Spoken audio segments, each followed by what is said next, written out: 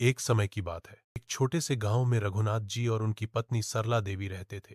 उम्र ढल चुकी थी, शरीर साथ छोड़ रहा था, लेकिन उम्मीद अभी भी बाकी थी।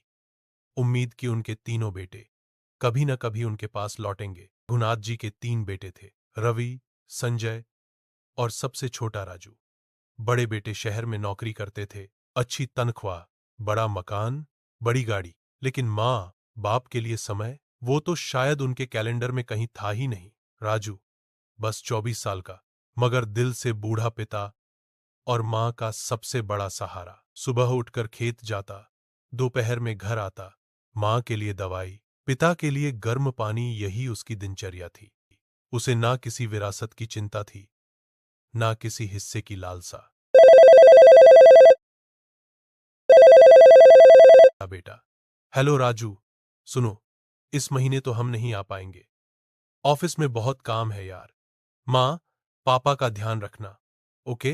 राजू मुस्कराया। वही पुरानी बातें, वही पुराने बहाने। उसने कुछ नहीं कहा, बस फोन काट दिया और माँ के पैरों में तेल लगाना शुरू कर दिया। एक रात माँ की तबीयत अचानक बिगड़ गई। बुखार तेज, सांसें भारी। गांव में डॉक्टर दूर था, पैसे जेब में नहीं थे, लेकिन राजू ने हार नहीं मानी। अपने फोन को गिरवी रखकर दवा लाई। पूरी रात माँ के सिरहाने बैठा रहा। कुछ दिनों बाद पिताजी की तबीयत और बिगड़ने लगी। उन्होंने वकील को बुलाया और एक चिट्ठी दी, अपनी वसीयत। जब पिताजी का निधन हुआ तो वह वसीयत खुली। वकील कागज पढ़ते हुए, रघुनाथ जी की संपत्ति, घर, खेत और सारी जमीन उनके सबसे छोटे बेटे राजू को दी जाती है, क्योंकि वही उनके अंतिम दिनों में उनके साथ था। रवि, ये क्या मजाक है?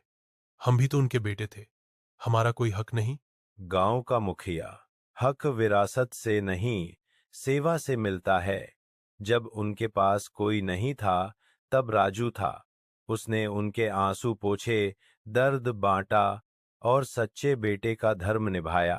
माँ सरला देवी, जो अब भी जीवित थीं, राजू को सीने से लगाकर रो पड़ी। राजू बेटा, तू तो मेरा भगवान है। जब दुनिया ने मुंह मोड़ा, तूने मेरा हाथ थामा। कभी कभी सबसे छोटा बेटा सबसे बड़ा सहारा बन जाता है, और रिश्तों की कीमत खून से नहीं, कर्म से तय होती है। राजू आज भी उसी साधारण कपड़ों में खेत जाता है, लेकिन गांव वाले अब उसे सिर्फ राजू नहीं कहते, वो कहते हैं सेवा का राजा। एक मॉरल ऑफ द स्टोरी, विरासत वो नहीं जो कागजों पर लिखी हो, विरासत वो है जो दिल से कमाई जाए। आपने कभी अपने माँ बाप के लिए कुछ ऐसा किया है जो आपको गर्व दे? या क्या आपके घर में भी कोई राजू जैसा बेटा है? अगर हाँ तो इस वीडियो को ज़रूर शेयर करें और ऐसी ही दिल छूने वाली कहानियों के लिए सब्सक्राइब करें द डीपर स्टोरी।